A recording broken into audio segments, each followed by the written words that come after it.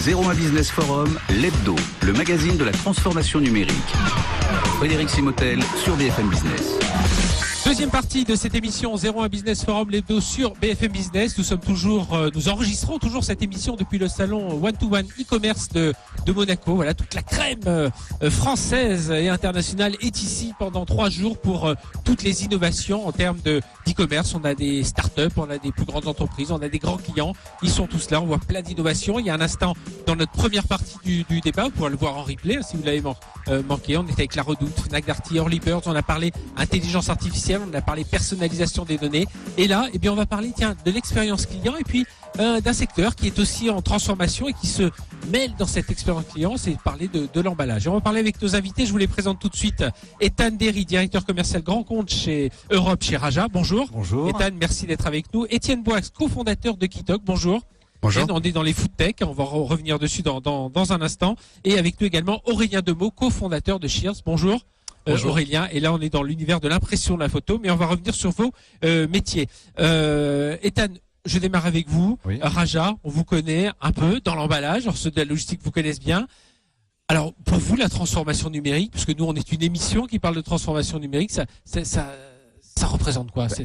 Dans le domaine du e-commerce, qui est un domaine extrêmement important, et puis surtout dans le commerce et dans la distribution, il y a eu énormément de digitalisation, et pour nous aujourd'hui cette transformation conduit nos clients et les entreprises à travailler sur l'expérience client. C'est 500 millions d'euros de chiffre d'affaires, 700 000 clients. Raja, c'est plus de 500 millions d'euros de chiffre d'affaires, une croissance forte année après année, 700 000 clients en Europe et plus de 70 millions d'emballages, voilà, qui voyagent avec les produits de nos clients. Et des emballages de plus en plus durables. Hein. On en parlera dans un instant. À vos côtés, Étienne Boix, cofondateur de Kitok. Alors, je veux dire, on est dans la. Alors Kitok, pour ceux qui nous écoutent en radio, ça s'écrit QUI TOC, comme la toque d'un cuisinier. Entreprise qui existe depuis 2012, mais votre offre, c'est vraiment 2014. Racontez-nous ce que fait Kitok. Alors, Kitok est un service qui permet de manger simplement au quotidien, sans contrainte. Donc, nous livrons à nos clients un panier qui contient tous les ingrédients et les fiches recettes pour cuisiner à domicile 4 à 5 repas. Et donc, et aujourd'hui, ça fait combien de paniers donc, livrés? nous expédions 100 000 repas par semaine aujourd'hui, soit 10 fois plus qu'il y a un an. Donc, c'est ce qu'on appelle une très forte croissance que l'entreprise connaît depuis les 12 derniers mois. Et aujourd'hui, nous sommes 50 dans l'entreprise. Donc, ça atteste bien qu'on est en pleine construction et on est en pleine explosion. Le marché de la food tech, c'est un marché, alors on en parle beaucoup, il y a une forte croissance, vous venez de le dire, un marché très concurrentiel aujourd'hui. On arrive à se distinguer là avec ce type d'offre des autres, parce que vraiment la première tentation, c'est de livrer le plat tout préparé. Vous, vous avez trouvé le petit pivot qui fait de vous un acteur différent. Tout à fait. Alors notre concurrence entre guillemets, c'est la grande distribution, tout simplement. Nous réinventons la manière de s'alimenter au quotidien. Donc nous livrons des produits de qualité avec un sourcing performant directement à domicile et les recettes qui s'accommodent parfaitement. Donc clairement, vous parliez de transition vers le e-commerce, on est en plein dedans. Faut pas oublier que la grande distribution est un secteur qui a connu finalement peu d'évolution depuis ces 50 dernières années. Donc on a décidé de relever ce défi-là, qui est effectivement un gros défi puisqu'il y a beaucoup de problématiques autour du e-commerce alimentaire, les problématiques de coûts, les problématiques d'expérience client. Et nous avons réussi à trouver le compromis, je dirais, pas parfait, mais un bon compromis entre les attentes vraiment du consommateur lors de son achat en ligne et la rentabilité économique de la société. Et c'est cette équation un peu qui fait le succès de Kitok aujourd'hui. Aujourd'hui, ça veut dire que votre client, c'est des gens qui aiment bien cuisiner, ou ça peut être le client lambda qui veut juste manger sainement, échanger et de façon assez variée? Exactement. Nos clients sont partout en France aujourd'hui, donc ce n'est pas seulement urbain, mais complètement national. Et ça s'adresse à tout le monde, aussi bien aux grands passionnés de cuisine qui ont envie de découvrir des nouvelles saveurs tout de même, réapprendre des techniques de cuisine qu'ils ont laissées de côté quelques temps, mais aussi les novices qui veulent simplement s'alimenter sainement, découvrir des produits, recuisiner du topinambour, du pané. Ouais. Que de produits qui sont aujourd'hui oubliés, des produits de saison exactement. Clairement, on ne va pas proposer des tomates toute l'année, hein, comme peut faire certaines chaînes. Voilà, nous on est dans le qualitatif, la saison. Et puis j'imagine que toutes les émissions autour de la cuisine en télévision font que ça donne envie un peu d'aller vers Exactement. Là, il y a plaisir de cuisiner. Exactement. Il y a une vraie tendance de fond aujourd'hui. Il y a une vraie tendance de fond au niveau du territoire. Les gens ont envie de manger sainement, équilibré, de savoir ce qu'ils mettent dans leur assiette et pourquoi pas en faire partie en cuisinant ce qu'on leur propose. Voilà, ils en ont un peu marre de l'opacité, d'où viennent les produits. Ils ont traversé 3 fois le monde. Voilà, nous on essaye de répondre à ces problématiques. Eh bien, on reviendra avec vous, puis on verra ce lien aussi avec, parce que justement pour transporter vos produits, il faut une certaine qualité d'emballage. On va en reparler dans un instant. Aurélien Demeaux, donc cofondateur de Cheers. Alors Cheers avec un Z, voilà. Exactement, Cheers, C-H-E-R-Z, oui. Pardon, qui veut? Cheers, C-H-E-E-R-Z, qui est un petit clin d'œil au cheers qu'on fait quand on sourit ou quand on dit merci en anglais. Voilà, et justement parce que vous êtes dans le domaine de la photo, alors on pensait que tout avait été inventé, même dans le digital avec la photo, et vous vous dites non, il y a encore des petits marchés à prendre, et donc vous, ce que vous faites, c'est qu'on est un client, on va faire imprimer nos photos, et vous allez livrer les photos sous poster, enfin sous toutes les formes, c'est ça? Voilà, le fonctionnement c'est assez simple, c'est que je télécharge l'application Cheers sur l'App Store, et ensuite je vais pouvoir commander mes photos sous forme de tirage photo, d'album photo, de magnets, etc. Ouais. Différents types de produits photos. Et comment on se démarque aujourd'hui? Parce qu'on sait qu'il y a quelques leaders dans ce domaine. Vous arrivez à faire la différence? Il y a un grand bouleversement sur notre marché qui est que la photo, elle est devenue numérique, elle est passée argentique numérique, et ensuite elle est passée du numérique au mobile. Et la photo, aujourd'hui, c'est une stat que j'avais déjà donnée à votre confrère Sébastien Coinon, on a pris plus de photos dans les 3 dernières années que dans toute l'histoire de la photographie. Pourquoi? Parce que vous, moi, nous tous autour de la table, aujourd'hui on a un appareil photo dans notre poche et notre téléphone. Et on prend des tonnes et des tonnes de photos qui sont assez différentes il y a une quinzaine d'années, où la typologie des photos tournait principalement autour des grands événements et des grands moments de la vie, donc les mariages, les naissances, les vacances. Et aujourd'hui on prend des photos de selfies, de burgers, on prend des photos de plats, enfin beaucoup plus casual qu'avant. Donc ça a explosé, c'est le dénominateur commun des plus grands réseaux sociaux, Facebook, Instagram, Snapchat, c'est l'échange et le partage de photos. Et nous, on est sur cette dimension mobile.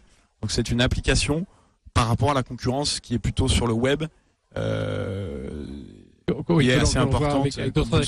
Et Ethan Derry de Raja, alors comment on répond quand on s'appelle Raja à des demandes là aussi diverses que la food tech, la photo? On étudie chaque cas. C'est-à-dire que chaque client, c'est une solution d'emballage adaptée par rapport au produit qu'il expédie.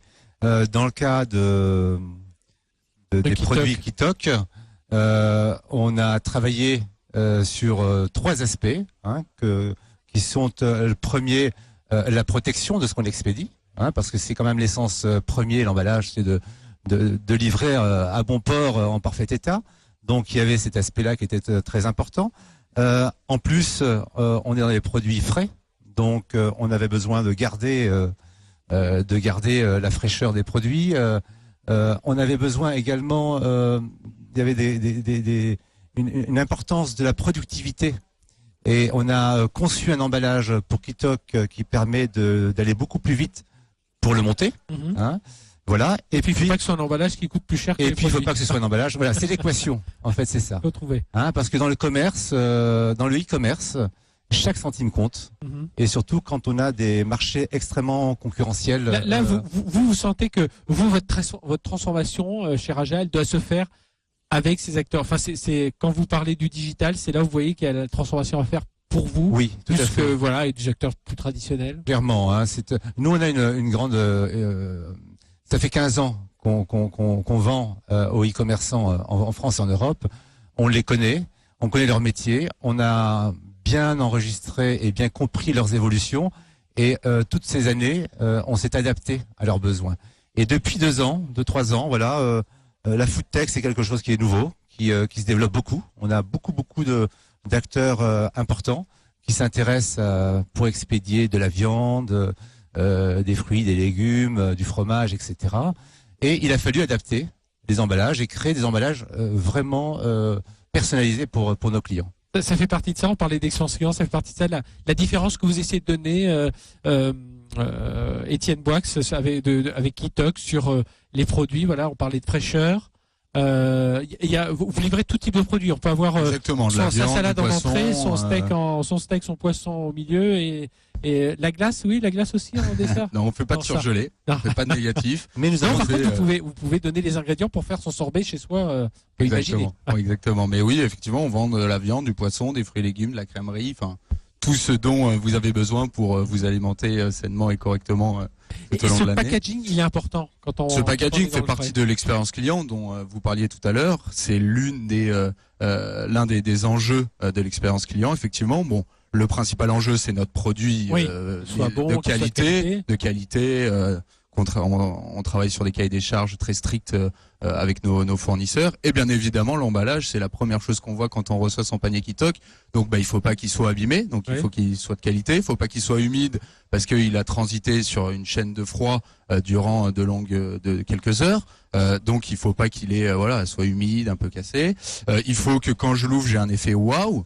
Pas que j'ai besoin de le déchirer en 1000 morceaux pour récupérer mes fruits et légumes. Donc ça fait aussi partie. Les papiers bulles. Exactement. Donc bien évidemment que c'est au cœur de l'expérience client, mais pas encore une fois au détriment de la rentabilité. C'est pour ça, comme le disait Ethan, il y a une vraie problématique de productivité aussi au niveau de la supply chain.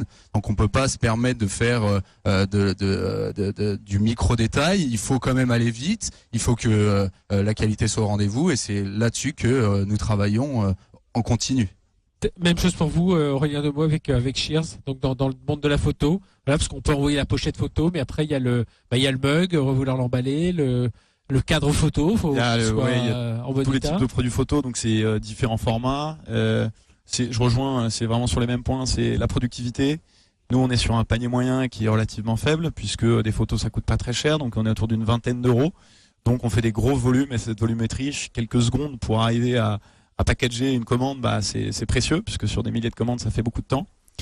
Et on est sur la première impression du client. On sait que c'est important. Nous, on a l'habitude de dire que on n'a jamais deux occasions de faire une bonne première impression. Et la première impression, c'est pour ça qu'on a personnalisé les packaging avec Raja, donc on a mis notre logo, etc. dessus. C'est vous qui avez travaillé, tous les deux, vous avez travaillé en direct. C'est une offre qui existait déjà, Ethan Derry, chez vous, où vous avez dû l'adapter. C'est une offre que nous avons adaptée. Oui. À chacune des demandes, et c'est une offre qui est aujourd'hui spécifique, vraiment spécifique pour Kitox et spécifique pour Cheese, et on a travaillé de façon très étroite dans la conception de l'architecture de la boîte, dans les épaisseurs, les qualités, parce que il y a par exemple la notion de transport, de coût de transport qui intervient, de volume dans le coût de transport, et tout cela, c'est quelque chose qu'on a beaucoup développé avec Cheers notamment. Oui, tout à fait, c'est vrai, c'est que nous on est sur des petits paquets, et dans les petits paquets, vous savez, vous avez des tranches de poids de transport.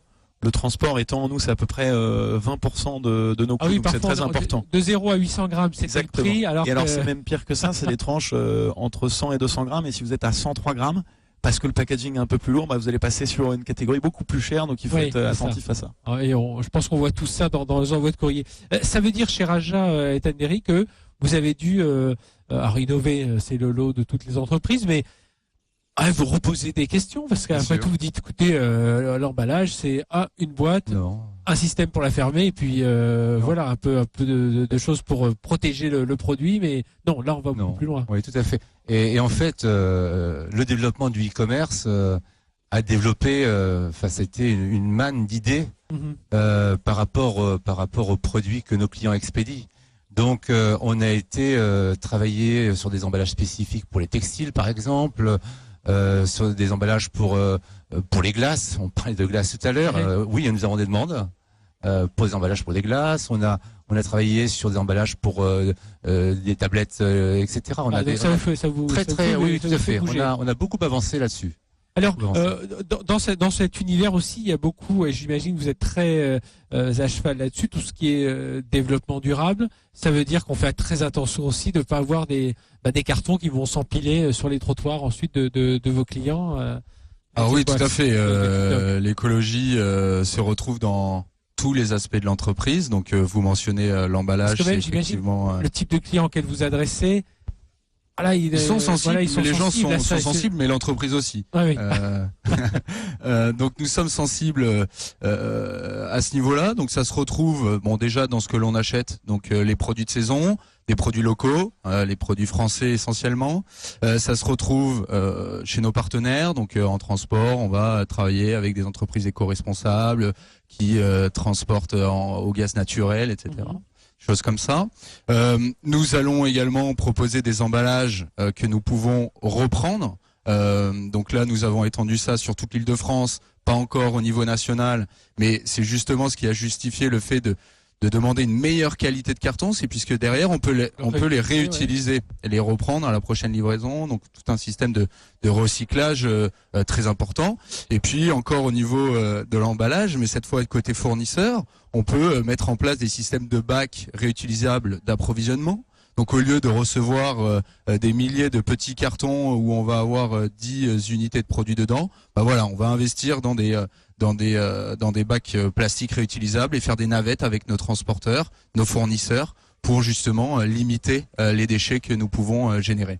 Aurélien Demeaux de Chiers, oui, parce qu'on voit les clients aujourd'hui, ça les agace parfois de voir tout le carton dépensé. Ça peut même donner une image plus mauvaise du e-commerçant si on a trop de cartons, qu'on se dit c'est sympa, j'ai reçu le produit, mais oui, il déballe une espèce de poupée russe où on a plus de cartons que de produits finalement. Donc c'est aussi l'objectif d'avoir quelque chose de personnalisé, d'adapter à tous les formats. Et des formats de packaging, des types de packaging, il y en a des milliers. Donc l'objectif c'est d'être éco-responsable et en même temps de proposer quelque chose qui protège bien mais qui est très adapté. On sait grosso modo que les packagings sont jetés par les clients, donc il faut qu'ils soient éco-responsables. Je pense pas que les gens soient prêts à payer pour ça parce qu'ils considèrent que c'est un basique. Il faut qu'on leur propose ça aujourd'hui. Ça participe à l'image qu'on va avoir de l'entreprise. Beaucoup de nos clients, justement à ce propos, nous expliquent que les emballages de leurs enseignes, de leurs marques, de leurs sociétés se retrouvent sur les réseaux sociaux et qu'il y a vraiment une obligation d'avoir des emballages les plus adaptés en termes d'esthétique, par exemple, je pense à Chirge, mais en termes de dimension, en termes de que l'emballage soit réutilisable, comme on l'a exprimé. Je crois qu'on est tous là aujourd'hui, comme vous le disiez, de recevoir, on a un gros paquet, puis au milieu on a juste le petit mug au milieu de toute la paille et on est. Ça donne une moins bonne image même de celui qui l'expédie, de la boîte, de la marque. Mais ce que dit Ethan, c'est vraiment juste, c'est que nous, si vous regardez sur Instagram le hashtag Cheer, vous allez voir des tonnes et des tonnes de packaging, puisqu'on essaie de créer quand même quelque chose d'assez, de très brandé, de très, avec une image de marque très très forte. Et donc nos clients sont très impatients, clientes, de recevoir leurs produits. Et quand ils les reçoivent, ils prennent en photo en disant, ça y est, c'est un bonbon quoi. Il faut que ça arrive et que ça soit une vraie surprise agréable. Dans notre émission 01 Business Forum, on a bien parlé de tout ce qui est connecté. Est-ce que des emballages connectés, alors on en voit qui intègrent des petites caméras digitales, et c'est bon pour des opérations plus de événementiel. Mais est-ce que aujourd'hui ça reste encore trop cher pour l'emballage? C'est trop cher, mais malgré tout, il y a une demande, il y a un intérêt pour, au travers de l'emballage, avoir une communication supplémentaire avec les clients. Nous travaillons actuellement chez Raja sur un projet qui permettrait, à partir d'une application mobile, de pouvoir lire la marque ou l'enseigne qui expédie le colis, et de ce fait on peut avoir derrière une vidéo, une présentation, un complément d'information sur, imaginons une marque de prêt-à-porter avec une communication sur le créateur qui a fait la ligne de produits. Et donc c'est une communication supplémentaire en direction du client final, que les marques pourraient utiliser. Voilà, ça c'est quelque chose qui pourrait être intéressant et puis on peut imaginer aussi dans le monde industriel aussi, vous, quand on place les pièces. Tout à fait, ça permet aussi au destinataire, celui qui expédie le colis, c'est-à-dire la marque, de savoir que son colis, à quel moment le colis a été ouvert, et on pourrait lui pousser éventuellement un message plus personnalisé. Voilà. Au-delà de l'aspect là-dessus. effectivement logistique et de l'emballage et de sa traçabilité. Nous, par exemple, on fait de la chaîne du froid. On est dans la chaîne du froid, donc on a tout intérêt à tracer tous nos colis. Donc là, il existe des technologies RFID, etc., qui se développent très bien, encore peu dans le e-commerce, mais de nombreuses startups investissent massivement là-dedans. Nous commençons à nous positionner sur ces technologies-là qui vont, ça va permettre de, d'une part, gagner en productivité au niveau de l'assemblage des colis entre eux et de gagner en traçabilité. Ce que le client aussi veut, c'est savoir où est son colis, anticiper vraiment les délais de livraison, etc. Eh bien, on va s'arrêter là. Merci à tous les trois, Ethan Derry de Raja, Aurélien Demeaux de Shears et Étienne Boix de Kitok. Merci d'avoir été avec nous.